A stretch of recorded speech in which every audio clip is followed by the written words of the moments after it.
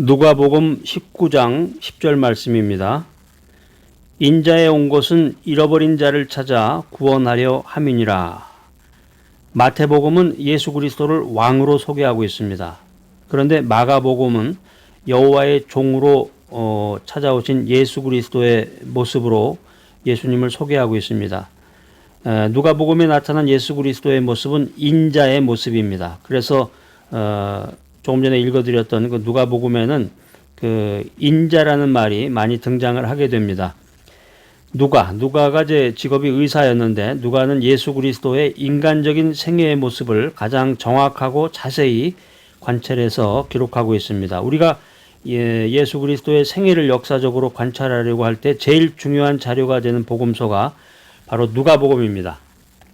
신약 성경이 이제 마태복음, 마가복음, 마태, 마가, 누가, 요한복음 이렇게 나오죠. 그래서 어떤 분이 우스갯소리로 왜 성경에는 이렇게 복음이 많아요. 마태복음, 마가복음 뭐 이런 식으로 아마 그 사람 귀에는 들렸던 것 같아요. 이 요한복음에 나타난 예수 그리스도의 모습은 하나님의 아들로서의 모습입니다. 우리가 요한계시록 4장을 보면 사도 요한이 하나님의 어린 양과 하나님의 보좌를 옹이하고 있었던 네 생물에 대해서 기록하고 있습니다. 요한계시록 4장 7절에 보면은 이때 본 네 생물이 사자, 송아지, 사람, 독수리의 모습으로 나타납니다. 그래서 이 성 어거스틴이 요한계시록 4장 7절을 근거해서 대단히 재미있는 관찰을 했는데 하나님의 보좌를 옹호하고 있던 이 네 생명의 모습은 바로 역사 속에 찾아오신 하나님의 모습을 나타내주는 네 가지 스타일이다, 네 가지 유형이다 이런 생각을 했습니다. 그래서 그 이후로 이제 성경학자들이 이 어거스틴의 분류를 본받아 가지고 사복음서에 이제 닉네임을 붙였는데 마태복음은 사자복음, 마가복음은 송아지복음, 누가복음은 사람복음, 요한복음은 독수리복음 이렇게 불렀다고 합니다. 우리가 그래서 이제 마태복음을 연구해 보면은 예수 그리스도는 누구이신가 여기에 초점이 맞춰 있어요. 그래서 예수 그리스도는 만왕의 왕이라는 사실을 강조하고 있는데 마태복음 2장 1절입니다. 마태복음 2장 1절에 보면 이제 동방 박사들이 이제 이야기한 것이 기록이 되어 있는데 유대인의 왕으로 나신 이가 어디 계시뇨 이런 말을 동방 박사들이 하고 있습니다. 마태복음이 예수 그리스도는 누구신가 만왕의 왕이라는 것에 이제 관점을 두고 있는 반면에 마가복음은 예수 그리스도께서 무엇을 행했는가 여기에 초점이 맞춰져 있습니다. 예수님께서 하나님의 종으로 오셔서 어떤 일을 하셨는가 이걸 보여주는 게 마가복음의 기록의 목적입니다. 누가복음, 마태, 마가, 누가복음은 이제 예수 그리스도께서 인간으로 어떻게 사셨는가 여기에 초점을 맞췄고 요한복음은 예수 그리스도께서 무엇을 가르치셨는가 여기에 중점을 두고 요한복음이 기록이 됐습니다.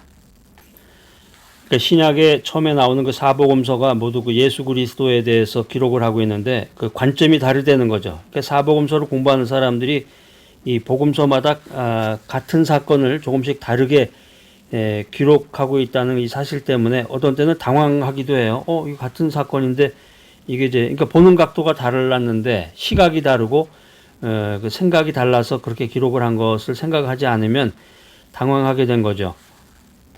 그래서 우리 주변에 보면 그런 사람들이 간혹 나타나죠. 성격이 급한 사람, 또 지나치게 지성적인 사람들은 이게 성경에 오류가 있다, 뭐 성경에 뭐 잘못됐다. 마태복음에는 이렇게 얘기를 했는데 마가복음, 누가복음 또 이렇게 기록이 돼. 이게 뭐가 잘못됐구나. 이렇게 이제 쉽게 결론을 내리는데 그건 아닙니다.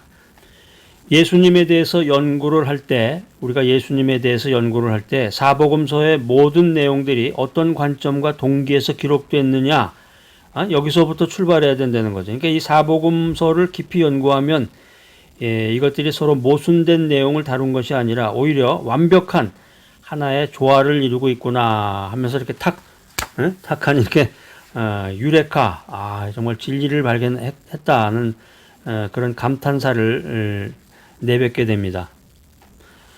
요즘에 그 신문사들이 참 순환을 겪고 있는데요. 조중동이라고 그래서 한국을 대표하는 그 신문들이 독자들로부터 외면을 받고 언론이 언론으로서의 역할을 제대로 하지 못한다. 이런 비난을 받고 있는 시대에 우리가 살고 있습니다.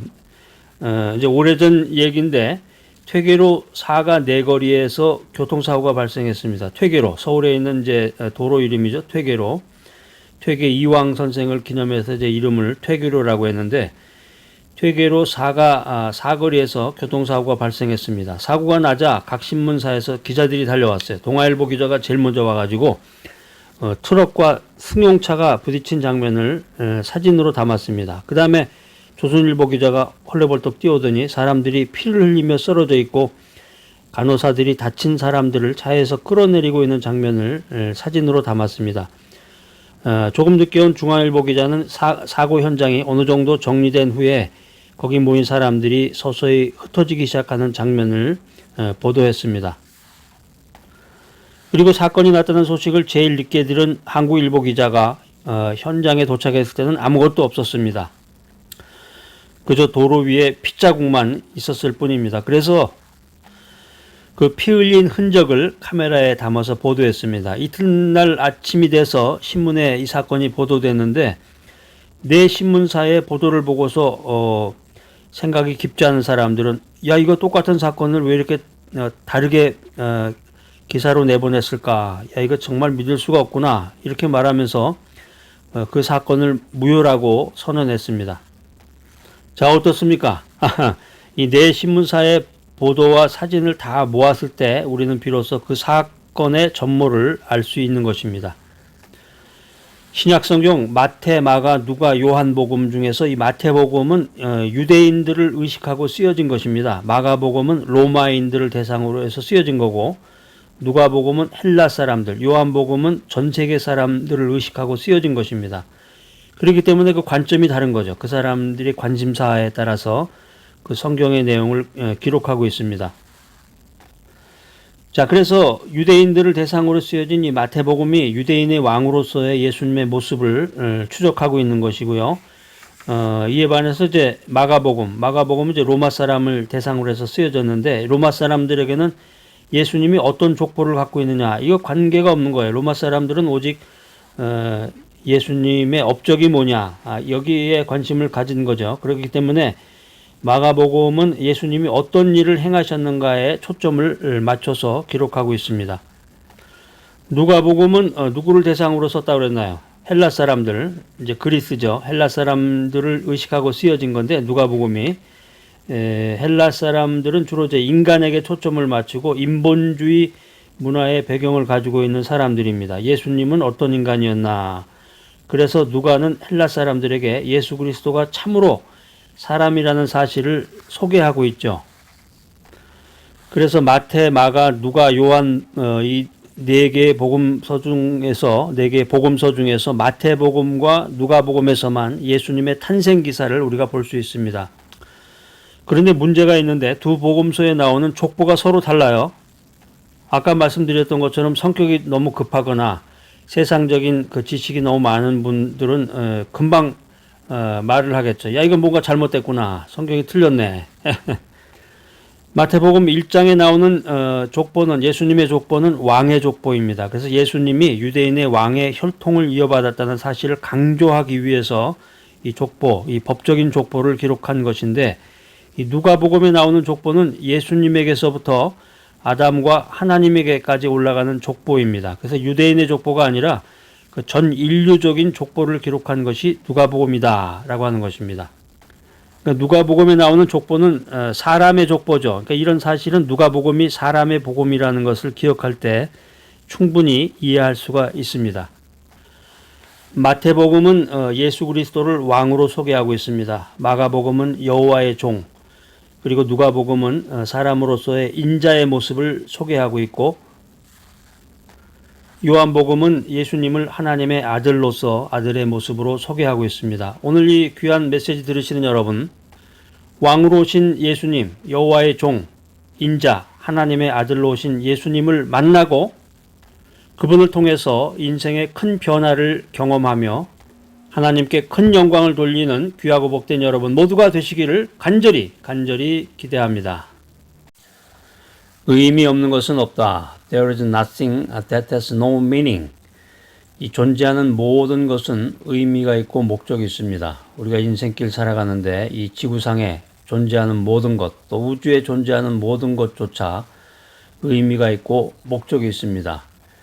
성탄절도 분명한 목적이 있습니다. 이 성탄절이 되게 연말에 있죠. 12월 25일을 우리가 이제 크리스마스라고 해서 지키고 있는데, 연말 연시 그러면은 사람들이 단합대회라고 해서 뭐 모이기도 하고 동창들 모임 있고 모임들이 많죠. 교회에서도 여러 가지 모임들이 많은데 성탄절이 이게 연말에 있기 때문에 연말 연시 분위기라는 게 있어서 거기에 이제 휩싸이기도 하지만 우리 믿음을 가진 크리스찬들은 성탄절에 이 성탄절의 주인이신 예수님에게 시선을 고정시켜야 한다라고 하는 것입니다.